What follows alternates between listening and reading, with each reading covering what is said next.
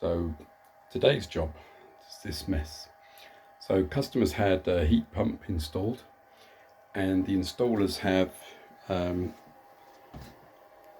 not read the instructions. In the instructions it says do not fit a 1560 pump, so they did.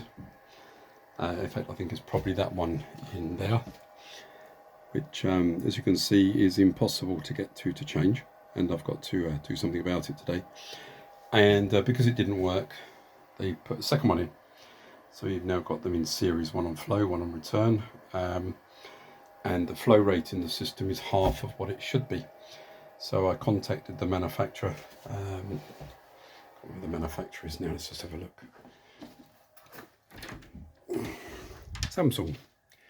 And what they told me was that the resistance in the Samsung heat exchanger is really high, and that we needed to have a minimum of a 2595 head pump to drive this system. And so I've ordered one on the internet, and they've delivered me a 105, so it's a 2505 pump, not the one I ordered, but anyway, it's over the spec, so I'm hoping that's going to work.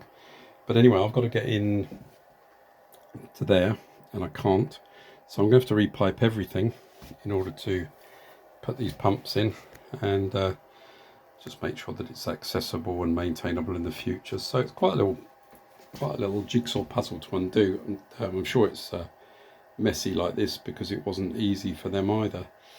But anyway, it's a job. We've got to get it to work, and we've got to get it so it's maintainable. There's no point in having a pump we can't change or get to.